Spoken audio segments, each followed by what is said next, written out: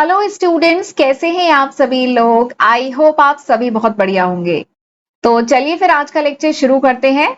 तो आज के लेक्चर में हम डिस्कस करने वाले हैं डिफरेंट स्टेट्स के जो account officer, audit inspector, accountant या जो ईपीएफओ के जो एग्जाम हुए हैं इनके प्रीवियस ईयर में जो क्वेश्चन पेपर आए हैं इनका डिटेल सोल्यूशन इस सीरीज में हम लोग डिस्कस कर रहे हैं। ठीक है, एंड इस सीरीज में आज मेरा 23rd लेक्चर वीडियो है। 22 लेक्चर मैं ऑलरेडी अपलोड कर चुकी हूं जिसमें मैंने बहुत सारे क्वेश्चन डिस्कस किए हैं, उनका डिटेल में सोल्यूशन डिस्कस किया है। ठीक है, तो अगर आप इन एग्जाम्स की तैयारी कर रहे हैं तो जरूर ये सीरीज आप जरूर देखिएगा, अंत तक देखिएगा, आपके लिए हेल्पफुल रहेगी।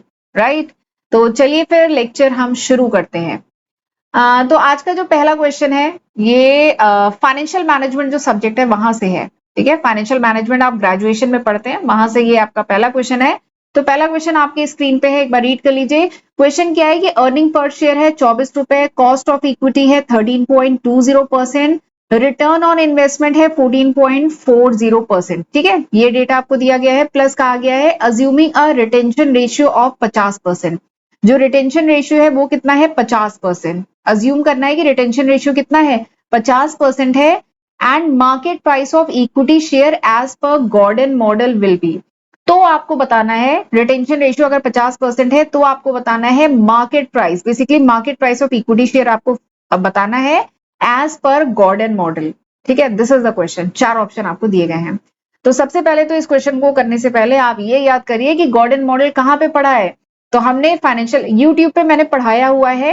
गॉर्डन मॉडल जो है फाइनेंशियल मैनेजमेंट जो सब्जेक्ट है उसमें जो डिविडेंड डिसीजन टॉपिक है। ठीक है, फाइनेंशियल मैनेजमेंट में देखिए 4 इंपॉर्टेंट डिसीजन लिए जाते हैं, डिटेल में मैंने पढ़ाया है। तो उसी में से एक इंपॉर्टेंट डिसीजन होता है डिविडेंड डिसीजन। ठीक है, तो डिविडेंड डिसीजन में जो रिलेवेंस थ्योरी, इररिलेवेंस थ्योरी वो सब पढ़ाई है मैंने।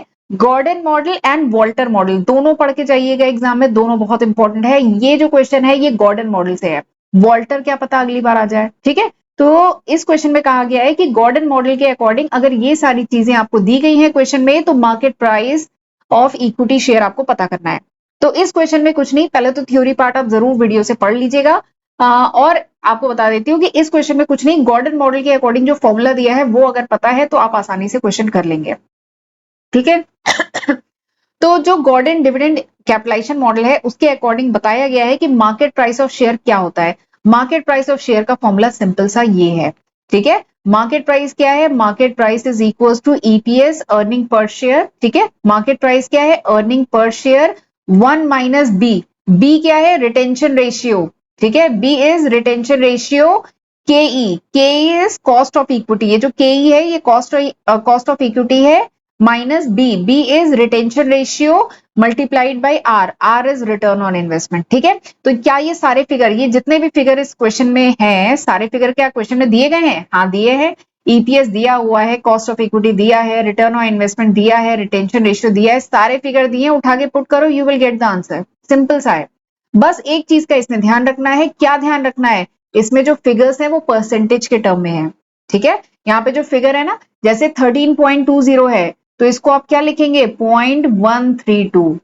14.40 है तो क्या लिखेंगे, 0.144 ऐसे। और ये रिटेंशन रेशियो 50% है तो आप इसको क्या लिखेंगे, 0.5 लिखेंगे। ठीक है, तो बस पॉइंट्स में कन्वर्ट करके सारे फिगर्स को उठा के इस फॉर्मूले में पुट करो। ठीक है, अर्निंग पर शेयर 24 रुपए, retention ratio 0.5, cost of equity इतना, रिटर्न ऑन इन्वेस्टमेंट इतना, सारे फिगर उठा के आप उस फॉर्मूले में पुट करिए, यू विल गेट 200। ठीक है, ये आंसर आ जाएगा। ठीक, तो यानी ये फॉर्मूला बेस्ड ही क्वेश्चन था। पर आपको गॉर्डन एंड वॉल्टर मॉडल दोनों बहुत इंपॉर्टेंट है, डिविडेंड थ्योरी में डिटेल में पढ़ाया है। फाइनेंशियल मैनेजमेंट में 4 इंपॉर्टेंट डिसीजन लिए जाते हैं, कौन कौन से, कैपिटल बजटिंग डिसीजन, याद आ रहा है ना, capital budgeting decision, liquidity decision, dividend decision. ठीक है, और एक और डिसीजन होता है। ठीक है, ये चारों डिसीजन आप डिटेल में पढ़िएगा। ठीक है, चलिए आगे बढ़ते हैं, अगला क्वेश्चन देखते हैं। अगला ही क्वेश्चन है ना, हाँ अगला क्वेश्चन देखते हैं। ये क्वेश्चन कहां से है, वर्किंग कैपिटल। ठीक है, अगला क्वेश्चन ये भी फाइनेंशियल मैनेजमेंट से है। ठीक है, फाइनेंशियल मैनेजमेंट में वर्किंग कैपिटल मैनेजमेंट आता है, फाइनेंशियल मैनेजमेंट के ही अंडर में वर्किंग कैपिटल मैनेजमेंट आता है। ये क्वेश्चन वहां से है। क्वेश्चन क्या कह रहा है कि फ्रॉम नहीं, following information relates to a firm, एक फर्म से रिलेटेड कुछ इंफॉर्मेशन दी गई है। ठीक है, ये सारी इंफॉर्मेशन दी गई है। आपको बताना है working capital on cash cost basis will be, आपको वर्किंग कैपिटल बताना है। ठीक है, सबसे पहला सवाल तो आता है वर्किंग कैपिटल होता क्या है। वर्किंग कैपिटल मतलब ऑर्गेनाइजेशन की डे टू डे वर्किंग के लिए जो कैपिटल रिक्वायर्ड है, जो पूंजी रिक्वायर्ड है, that is called working capital. ठीक, वर्किंग कैपिटल आपको फाइंड आउट करना है। फिर कुछ इंफॉर्मेशन दी गई है, जैसे रॉ मटेरियल स्टोरेज पीरियड दिया है, WIP कन्वर्जन पीरियड दिया है, फिनिश गुड स्टोरेज पीरियड, डेप्ट collection period, creditor payment period. ठीक है, एनुअल ऑपरेटिंग कॉस्ट डेप्रीशिएशन को मिला करके, जिसमें डेप्रीशिएशन है 190 का, 1,90,000 का डेप्रीशिएशन है, तो एनुअल ऑपरेटिंग कॉस्ट डेप्रीशिएशन मिला करके कितनी है, 20,80,000। ठीक है, तो ये सारी इंफॉर्मेशन आपको दी गई है। You need to calculate working capital on cash cost basis. Cash cost basis पे आपको वर्किंग कैपिटल फाइंड आउट करना है। ठीक है, दिस इज द क्वेश्चन। ठीक, क्वेश्चन समझ में आ गया। तो इस क्वेश्चन को करने के लिए कुछ फॉर्मूले लगेंगे, वो फॉर्मूला आपको पता होना चाहिए। ठीक है, कुछ कॉन्सेप्ट भी पता होना चाहिए, जैसे नेट ऑपरेटिंग साइकिल क्या होता है। अभी खैर मैं बताती हूँ, पहले मैं फॉर्मूला डिस्कस करती हूँ, उसके बाद ये नेट ऑपरेटिंग साइकिल। अच्छा चलिए, पहले मैं नेट ऑपरेटिंग साइकिल बताती हूँ। नेट ऑपरेटिंग साइकिल क्या है, बेसिकली कैश को कैश में कन्वर्ट होने में कितना समय लगता है। मतलब सबसे पहले क्या है, एक बिजनेसमैन कैश लेके चला, कैश से उसने रॉ मटेरियल खरीदा, लेबर्स को पेमेंट किया, प्रोडक्शन किया, सारे चीजें की ना, सेलिंग हुई, कुछ सेल कैश में हुई, फिर कुछ डेटर्स हुए, डेटर ने जब पेमेंट कर दिया तो सारा पैसा जो कैश में लेके चले थे वो कैश में कन्वर्ट हुआ। तो इस पूरे प्रोसेस में जितना समय लगता है ना, इसको कहते हैं ऑपरेटिंग साइकिल। तो operating cycle is the period between purchasing raw material and collecting cash from customer.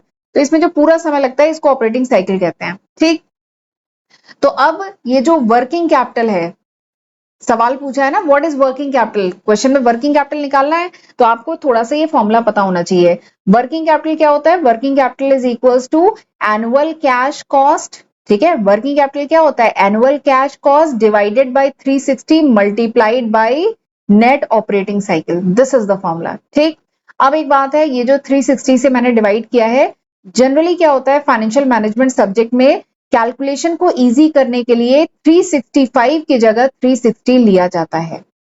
ठीक है, ताकि थोड़ा सा कैलकुलेशन इजी हो जाए। ठीक है, ये जो एनुअल कैश कॉस्ट है, क्या ये क्वेश्चन में डायरेक्टली दी है, देखते हैं क्वेश्चन।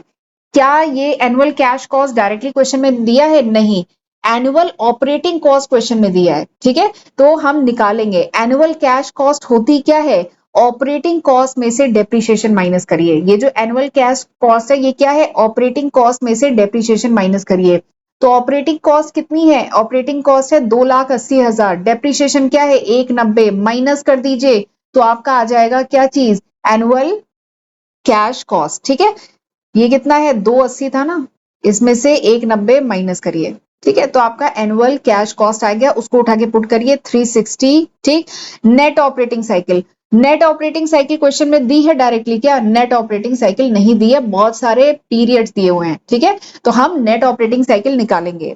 देखिए सबसे पहले रॉ मटेरियल खरीदा, वर्क इन प्रोग्रेस हुआ, फिनिश गुड, डेटर, ठीक है, इन सबको जितना समय लगा माइनस क्रेडिटर। ठीक है, this is the formula of net operating cycle, ये नेट ऑपरेटिंग साइकिल का फॉर्मूला है। ठीक है, रॉ मटेरियल का स्टोरेज, एक बार मैं स्क्रीन को क्लियर करती हूँ पहले। ठीक है, नेट ऑपरेटिंग साइकिल का फॉर्मूला क्या है, raw material storage period plus work in progress conversion period plus finish good storage period plus debt collection period, plus करेंगे फिर इसमें से माइनस करेंगे क्रेडिटर पेमेंट पीरियड, तो निकल के आएगा नेट ऑपरेटिंग साइकिल, एनओसी निकल के आएगी नेट ऑपरेटिंग साइकिल। ठीक है, तो नेट ऑपरेटिंग साइकिल यहां से निकालेंगे, एनुअल कैश कॉस्ट मैंने बता दिया है, उठा के इस फॉर्मूले में पुट कर दीजिएगा, ये सबसे मेन फॉर्मूला है, उठा के इसमें पुट करिएगा, आपका आंसर आ जाएगा। ये लॉजिक यूज करना है। ठीक है, तो कैश कॉस्ट ये जो है, एनुअल कैश कॉस्ट कैसे निकालेंगे, ऑपरेटिंग कॉस्ट में से डेप्रिसिएशन माइनस किया, 1890 आया। और नेट ऑपरेटिंग साइकिल कैसे निकालेंगे, वो जो 4 पीरियड थे उनको ऐड करेंगे, जिसमें raw material, work in progress, finish good और एक और था डेटर, डेटर था, हाँ डेटर को प्लस करेंगे और क्रेडिटर को माइनस करेंगे, तो आपका आ जाएगा 80 डेज। ठीक है, तो यहाँ पे आ जाएगा 80 डेज, ये आया, सारे फिगर पुट करिए, आपका वर्किंग कैपिटल आ जाएगा। ठीक है, ये सारे वही मैंने बताया ना, फाइनेंशियल मैनेजमेंट में 360 डेज लिया जाता है, तो इसको आप कैलकुलेट करेंगे, आपका आ जाएगा वर्किंग कैपिटल 4,20,000। ठीक, देखिए ऑप्शन में दिया है, हाँ ऑप्शन में दिया गया है, option B is the correct answer. ठीक, चलिए आगे बढ़ते हैं, अगला क्वेश्चन देखते हैं। अगला क्वेश्चन इकोनॉमिक ऑर्डर क्वांटिटी, ठीक है, वहां से है। हम कॉस्ट अकाउंटिंग में ये कॉन्सेप्ट पढ़ते हैं। अच्छा, ये कॉस्ट अकाउंटिंग में भी कॉन्सेप्ट है एंड कॉस्ट अकाउंटिंग में एक टॉपिक आता है, या फाइनेंशियल मैनेजमेंट भी कह सकते हैं। एक्चुअली जहां पे भी इन्वेंट्री की बात हो, इन्वेंट्री मैनेजमेंट हो, वहां पे ये टॉपिक आता है। इन्वेंट्री मैनेजमेंट हम कॉस्ट अकाउंटिंग में भी पढ़ते हैं, फाइनेंशियल मैनेजमेंट में भी पढ़ते हैं। तो बेसिकली ये टॉपिक कहां से है? इन्वेंट्री मैनेजमेंट से है, ठीक है।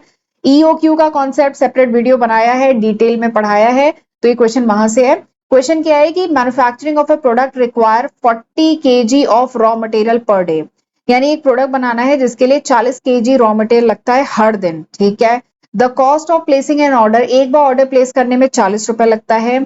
इन्वेंट्री को कैरी करने की cost per unit amount to इतना पर डे, यानी इन्वेंट्री को जब हम अपने स्टोर में कैरी करते हैं, मतलब स्टोर करते हैं, तो उसका खर्चा कितना है?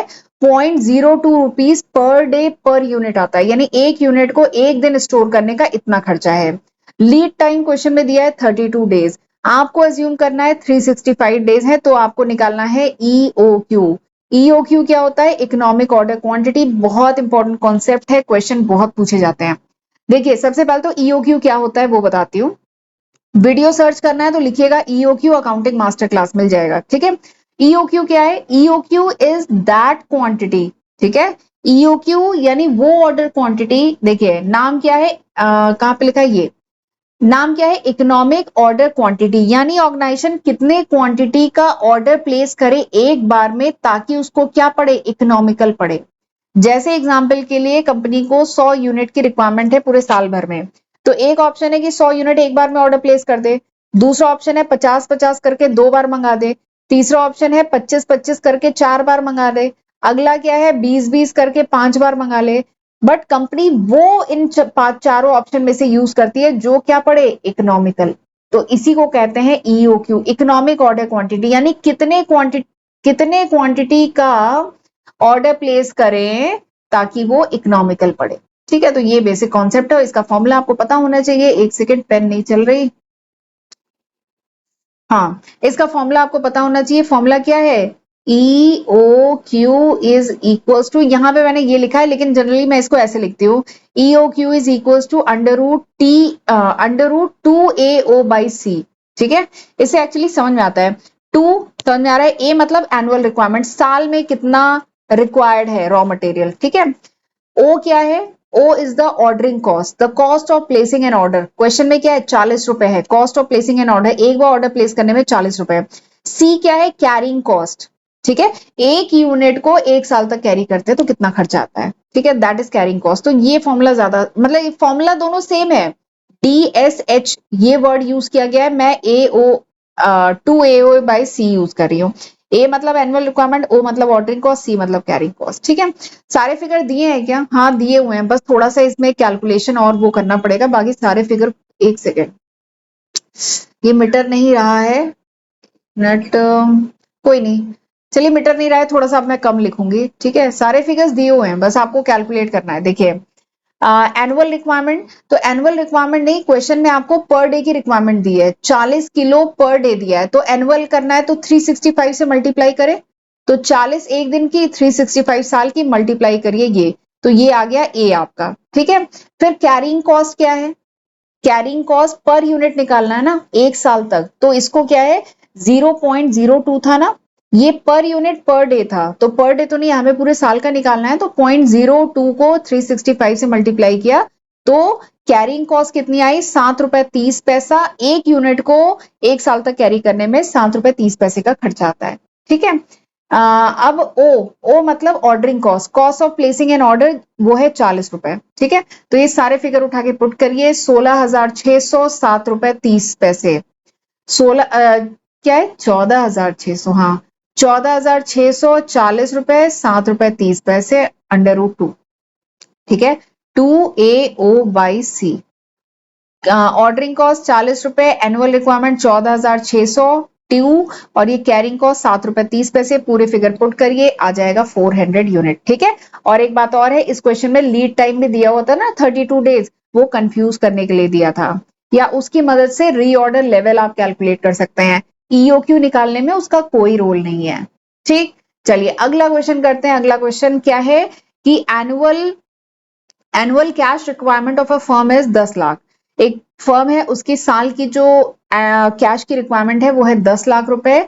The cost of conversion of marketable security पर लॉट इज 1000। जो मार्केटेबल सिक्योरिटी है उसको कन्वर्ट अगर किया जा रहा है कैश में, तो एक लॉट जो कन्वर्ट किया जा रहा है उसकी कॉस्ट कितनी पड़ रही है, 1000 रुपए। Firm can earn 5% annual yield on it security. Firm जो है फर्म का जो एनुअल यील्ड है सिक्योरिटी पे वो है 5%। ठीक है, आपको बताना है according to Baumol model optimum cash balance will be, optimum cash balance क्या होगा। तो ये जो क्वेश्चन है ना, ये कैश मैनेजमेंट का है। वर्किंग कैपिटल मैनेजमेंट में एक टॉपिक आता है कैश मैनेजमेंट, वहां पे हम बॉमल मॉडल पढ़ते हैं डिटेल में। बॉमल मॉडल की मदद से हम निकालते हैं ऑप्टिमम कैश बैलेंस।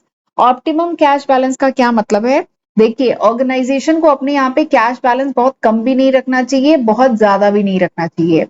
कम रखेंगे तो प्रोडक्शन डिस्टर्ब होगा, ठीक है, कहीं कैश में पेमेंट करने की जरूरत आई और आपके पास कैश ही नहीं है तो दिक्कत आएगी ना।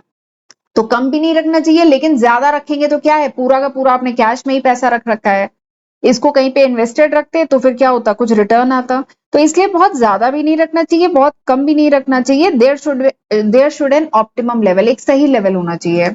तो उसी के लिए बॉमल कैश मैनेजमेंट मॉडल दिया गया था, इन्होंने फॉर्मूला बताया था। ठीक है, मैंने डिटेल में पढ़ाया हुआ है ये, तो बॉमल कैश मैनेजमेंट मॉडल है, डिटेल में पढ़ाया हुआ है। तो यहाँ पर इसकी मदद से you can calculate the optimum cash balance, सही कैश बैलेंस क्या होना चाहिए। तो देखिए दिस इज द बॉमल जो कैश मैनेजमेंट मॉडल है, ये फॉर्मूला देता है जिससे बेस्ट अमाउंट ऑफ कैश पता कर सकते हैं जो फर्म को एक बार में होल्ड करना चाहिए। ठीक है, फॉर्मूला क्या है, √2FT/I। ठीक है, अब ये टर्म क्या क्या है, एफ क्या है, F is the cost per conversion, ठीक है, या cost of selling the security. तो क्वेश्चन में दिया गया है 1000 रुपए है। व्हाट इज टी, टी क्या है, एनुअल कैश रिक्वायरमेंट। क्वेश्चन में दिया है क्या एनुअल कैश रिक्वायरमेंट, हाँ दिया है 10 लाख रुपए। What is I, I is the opportunity cost of holding cash, यानी अगर आप कैश को होल्ड करते हैं तो क्या अपॉर्चुनिटी आप लूज कर रहे हैं। तो बताया गया था ना क्वेश्चन में 5%, ये क्या था, 5% एनुअल यील्ड ऑन सिक्योरिटी, ये आप लूज कर रहे हैं। तो अपॉर्चुनिटी कॉस्ट या कह लीजिए एनुअल इंटरेस्ट रेट क्या है, 5%। ठीक, तो सारे फिगर दिए हुए हैं, उठा के पुट करिए, you will get the answer. ठीक है, आई की जगह क्या पुट करेंगे, 0.05। एनुअल कैश रिक्वायरमेंट टी क्या है, 50 कितना, 10 लाख। ठीक है, एफ क्या है, कॉस्ट ऑफ कन्वर्जन कितना है, 1000। ये सारे फिगर उठा के पुट करिए, अंडर रूट लीजिए, you will get the answer 2 lakh. ठीक, 2 लाख ऑप्शन में दिया है, हाँ दिया है, option B is the correct answer. ठीक, बॉमल मॉडल बहुत इंपॉर्टेंट है कैश मैनेजमेंट में, हम इसे पढ़ते हैं, इससे हम ऑप्टिमम कैश बैलेंस निकालते हैं। ठीक, और ये आप देखेंगे जो अभी पढ़ा था ना ईओक्यू, उससे मिलता जुलता कॉन्सेप्ट है ये। ठीक है, वहां पे हम इन्वेंट्री की बात करते हैं, यहां पर हम कैश की बात करते हैं। ठीक, अगला क्वेश्चन देखते हैं। अगला क्वेश्चन एक थ्योरी क्वेश्चन है, अभी तक हम काफी न्यूमेरिकल कर रहे थे, ये थ्योरी क्वेश्चन है।